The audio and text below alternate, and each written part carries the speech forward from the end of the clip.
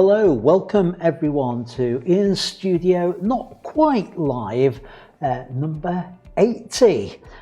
This is a bit of an experiment. It's a little bit different. I'm not actually live, and as you're watching this, I'm not in the studio. Hopefully, I am in the chat though, talking to you, because that's the plan. Right, let me just explain for anyone watching this at any point in the future. This live stream is scheduled for Sunday the 11th of July, which I believe there's some football match or other going on between England and Italy. That starts at 8 o'clock. My live stream's due to start at 7:30. So I kind of worked out I wasn't going to get any viewers, at least not here in the UK. So rather than carry on regardless, and rather than completely cancel, I thought I'd take this opportunity to try something out. It's something I'm going to have to do in a few weeks' time anyway, because there's a Sunday coming up when I'm not going to be available. And that is, I'm going to have to do a pre-recorded live stream. So this is it. I'm recording it actually on Saturday. So welcome to Sunday night, not quite live on here.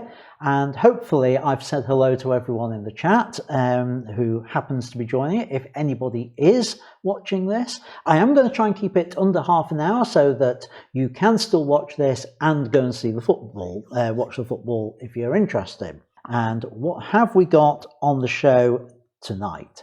Well, as I said, it's a short pre-recorded show, and the basic thing I'm going to do is a walkthrough of the two events that I ran last week, which were the Horror Nights. And I just want to share with you some of the photos from that, some of the things that we looked at. I just think it might be interesting to some of you.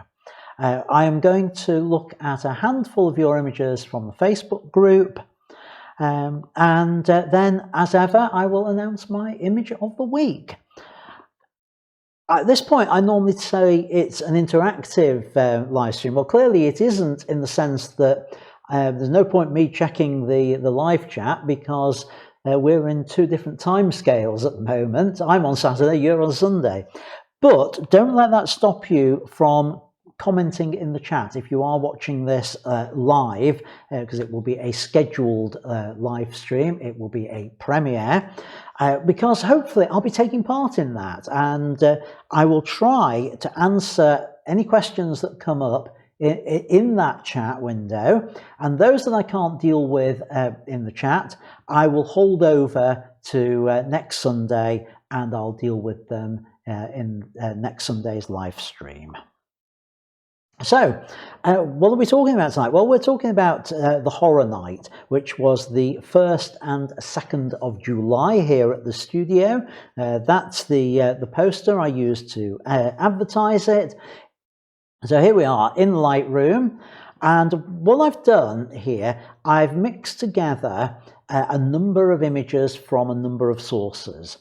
First of all, there are my images that I created on the Thursday night with model Ella J, who you can see in this image, and then images from the Friday night, which were created with model Jessie Marie, who you can see highlighted. So here is Jessie Marie. Now, there is another set of images, which is this set, which are with Jessie Marie, but they're not created by me. These were created by Peter Ashcroft, who was one of the attendees at the event. And our first set was all to do with Jason, Friday the 13th. And the reason I didn't create any is because I'm the person behind the mask in these photos. So that's what's gone on. But I've organized them not by shoot, but by setup. So we've got, first of all, the images created to do with the Jason setup, then the Carrie ones, and then the Lilith ones. But I'll switch between the two models as we go through. So let me go full screen on the image, and I'll start talking through what we were up to.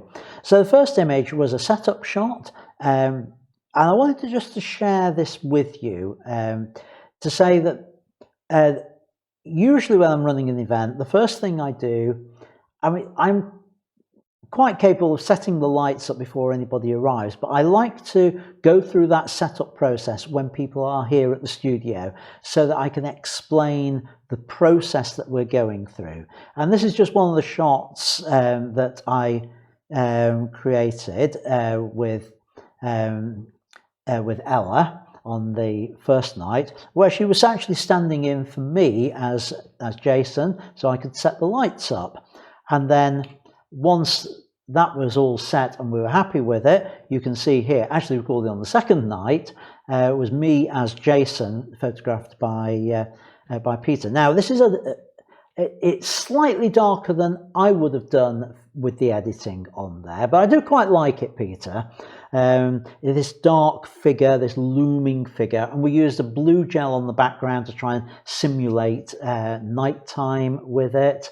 And you can see the blood on the tattered outfit that I was wearing on there. And I think that works quite nicely with that on there. But the aim was to incorporate the models. So the set I'm going to show you are with Jessie Marie and what we shot on there. And you can see here, and just to say, with all of these, it's standard studio lighting, and that means 125th of a second, f8, thereabouts. I think it was f8 when we actually shot it, and I normally recommend flash white balance on this. So this is my first, one of the early shots on there, the idea of Jason looming in from behind to surprise his victim, and you can see we've got the blood on the machete on there.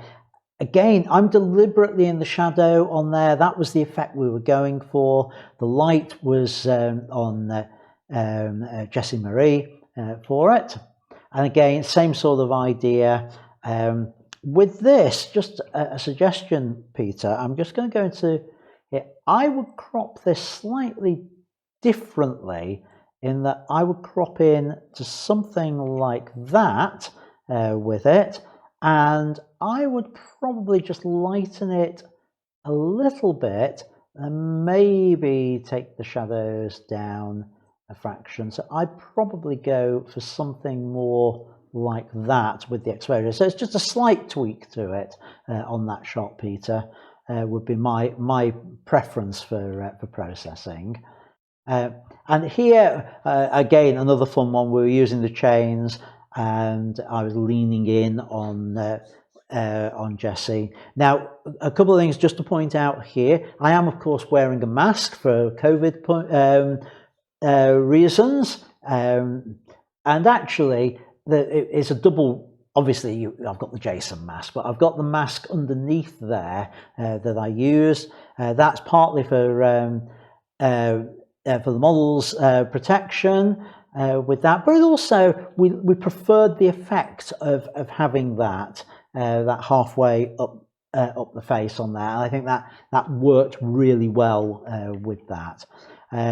Sort of grinning a little bit too much on that shot, but again, I like the interaction, the lean in that we've got on there. Me as Jason terrorizing. Again, we did this sort of close-up shot, which just focuses on the machete, and again the look of horror on Jessie's face on that one. With that, I think that's the last of Peter's. So now we move into the theme of Carrie on here, and with both models, both nights, both with here with Ella and also with Jessie, we did shots in their outfits before they were bloodied up as Carrie on there, and we changed the lighting slightly. I kept the strip light for this edge lighting, and I changed the gel on the background to be red for it. And the key light, instead of being a strip light as it was in the first ones, is now a softbox on there. So using that lighting, we start by just adding this little bit of blood onto the dress, and the models were sort of the puzzled look, what's going on here, and then we gradually add more until it's the sort of the classic Carrie look of horror, staring out as the well, in the film it was pig's blood that was poured over poor Carrie. And then we move on to Carrie getting her revenge, and in the film that was a very using psychic powers to push people away. So we've got this shot of her holding her hand out as though she's psychically pushing everyone away from her in there, and we've got this look from Ella into the camera on there. With Jessie, we got the sort of the anger phase on it, and again the grit and determination before into using the push away. Now, I said I'd explain what we were using for blood on there. What I'm using for blood is I'm using a chemical called natrosol, and natrosol is the stuff they use for creating gunge in kids' TV programs. And I buy the clear version, and I've added into that some red powder paint to give it this dark red, this red colour. I won't say dark red, it's not as dark as it appears on there. It is pretty dark and pretty bright red like that, but there's a slight pink tint to it, as you might see in a couple of later photos. So in post-production, I tend to just change the red slider down a little just to correct the colour on the blood in there. And that's what we're using. It's all perfectly harmless. Unfortunately, sometimes you get a little bit of clumps as you make it up, which is what happened with Jessie Marie on it. Unfortunately, I didn't mind it so much actually, because it has that look of the guts in there, so it's not just pure blood that was being poured. So I didn't mind it too much, but I was trying to avoid that. Again, we've got this pose about pushing away on the shot. Now, after we'd done those sort of Carrie ones, we then took that into a slightly different effect, and this is what I call the Mad Axe Woman set, which is our models are sitting on the floor with an axe or the machete, as you'll see, and it's this really sort of unhinged look in the eyes, and that really crazy grin on there, which I think Ella here really absolutely nailed on there. Incredibly creepy, sitting there covered in blood, cuddling an axe like that, and this almost childlike innocence of, "Ooh, what have I done here?" So we were creating those sort of poses, and when we're doing that sort of thing, it's important as photographers to direct the model, to give that input into it. And so it was my suggestion, the sort of biting of the finger type of pose with it, which worked really well. Then we tried experimenting a little bit, turning out the red filter on the back, so that we just got this darker grey, and that gives a slightly different feel to it. And so here we've got the machete. Now, just so that you know, the machete is actually a foam one. It's not a real one. It looks good. Again, the blood on it is all from what we were using on there.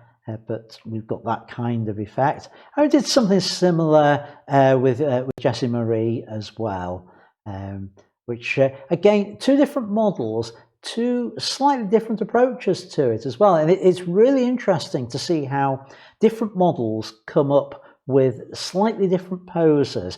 And Jessie Marie was just sort of a little bit more relaxed on there, with hers, and with the axe sort of more gently over the shoulder. And hers was not the child; it was the sort of quite sinister, looking down, looking out of the top of the eyes kind of look that she came up with.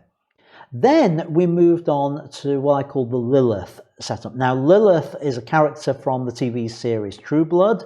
She is the first vampire, the queen of vampires, and she appears naked and covered in blood in the series. So what we did for this and how we achieved the effect on this was twofold. We got some red face paint, body paint, that the models covered themselves in as much as they could, so face, hands, body, and then on top of that we added the fake blood. And the reason for using the body paint first is the fake blood doesn't necessarily cover everywhere, but having that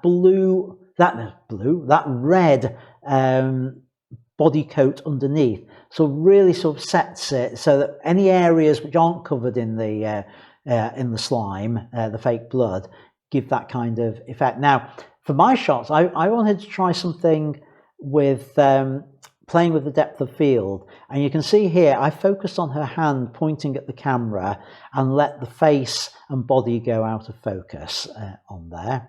And we tried here, Jessie, a different pose where she's got her arms behind the back, and again you can see the effect of that red paint and the red body paint and the red slime creating the effect there. And again here, sitting with her axe, again we did a slightly different sort of idea, so the naked model covered in blood, trying that sort of quite sinister look and feel with that, and we've got the blood on the blood and guts on the floor for that shot as well. So that was the horror night that we did at the studio and the walkthrough. Now, if the idea of a shoot like that, not a horror one, but the idea of coming to a shoot appeals to you, then why not think about this coming Friday, the Red Room one. I've still got 2 places to sell on that. Really great new model for that event, Lily, and we're going to work. We're doing some glamour work. We're going to do some interesting lighting through the blinds. We're going to have her peering through the blinds. Everything is red on it. No blood, just red themed shoot on that. It'd be great to see some of you attending that one this coming Friday. And we've got another sort of interesting event coming up at the end of the month on the 31st, which is a rain shower shoot. It's a full day workshop here in the studio. We set up a shower to simulate rain. It's £100 for the full day. That's effectively 6 hours, including the lunch break, that we're working with a model, maximum of 3 photographers. So loads and loads of time to shoot, lots of different ideas to do with water. We're also the number of opportunities. We might do some with clear slime as well. We might do some with oil. We've got opportunities to do that sort of thing. So that's coming up in a few weeks' time. Hopefully see some of you at that. Now, as ever, I need to just do my say thank you to my sponsors, which is, as ever, yourselves. Thank you to everyone who's bought me a cuppa, and tonight's cuppa comes courtesy of Kev Pack. So don't know whether you're watching, Kev. Cheers for the cuppa. Oh, that's nice. Really needed that. Just a reminder, if you do find these live streams or semi-live streams, in case of tonight, helpful, please subscribe, please hit the like button, and please share about these to let other people know about them, because that will help my profile. And please join the Facebook group and sign up for my newsletter. Links for those are down below on there. Right, I'm going to head back over to Lightroom, and this time I'm going to go through literally a handful, 5 images from the Facebook group. So let's get that set up. So here we are in Lightroom, as I said, 5 images. Let's have a look at them. They're all from Facebook, so I haven't got any shooting data to say, but let's just talk about these. And this one is from Petra, garden shot. I don't know whether it's from a phone, but I do like the 16 by 9 aspect ratio on there. I think that works fine. The only thing I don't like is this bright area up here, which is kind of drawing my eye on that. And I don't know whether this will work, but I am going to just see if I can fill that in. So the cue for the paintbrush on that, and I very much doubt this will work, but let's see what Lightroom makes of me doing that. And the answer is it doesn't work.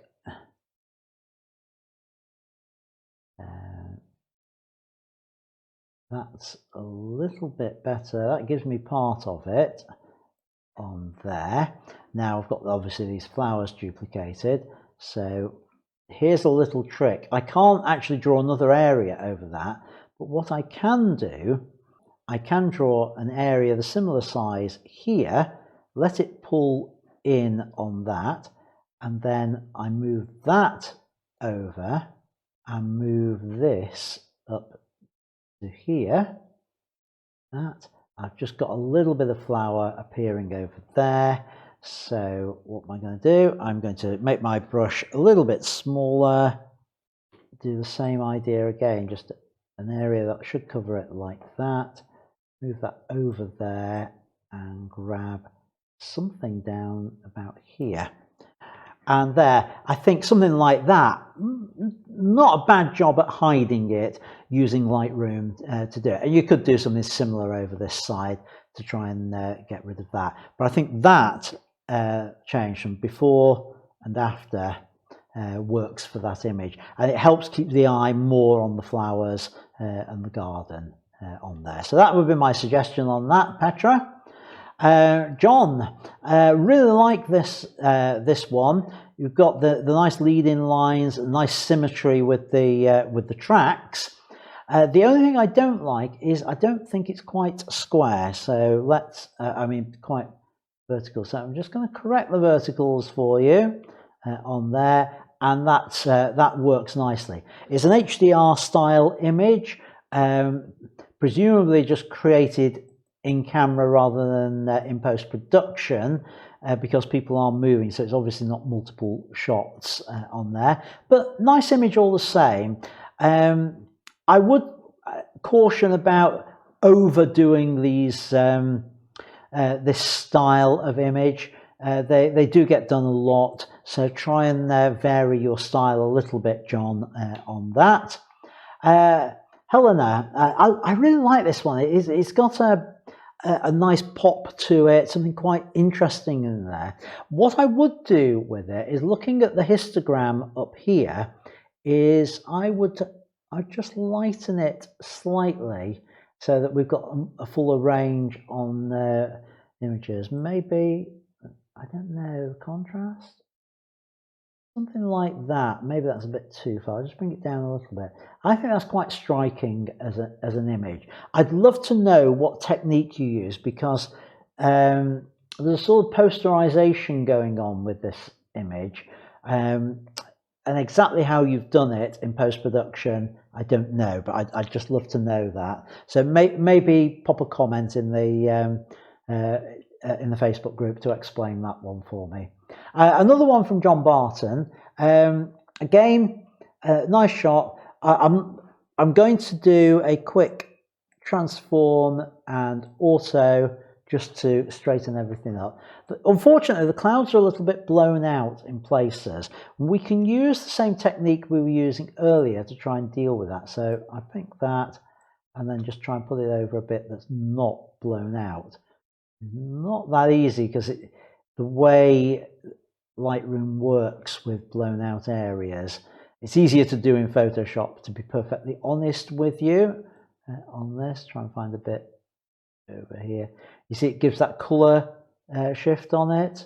So it's not quite working as I would like with this. Possibly better to do it in, can we go up there? Something like that. We might just be able to do something like that. Grab that, take that over here. Yeah, something there. And then cross there and bring that one up just a fraction. So we've got that. That's not a very good job on it, but you can see it's just sort of helped a little bit with that sky. I would prefer to do it in Photoshop to Lightroom on there, but ideally, John, what you should be doing with that is just watch your histogram, bring your exposure down to prevent the clipping of the highlights on there, because it's a nice shot. I just think it's kind of spoilt with that on there. And finally, one from David Jones, cat. Nice detail in there, nice and sharp. And the thing to note about this is I really like how David's taken it from a low angle, that he's got the exposure right, it's backlit, but he's adjusted his exposure to get the cat correctly exposed on there.